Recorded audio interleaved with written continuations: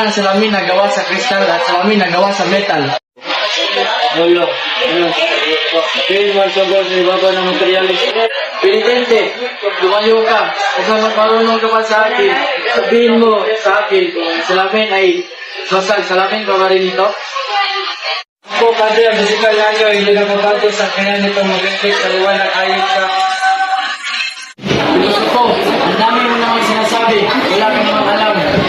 Ang mga gamitan ito ay hindi para sa inyong mga angel. Hindi naman ate, Padre, ano, bakit marami mga rito? Nakasosya ang gamitan at wala kami natutunan ng hindi mo kaya. Ang edukasyon ay nagpapalaya, hindi nagkukulong. Galang, umalis ka sa klase ko, markado ka na. Ano ba ito gagawin niya? Mas mabuting walang gano'n, mas mawala ng langan sa ilalim na yung pagturo.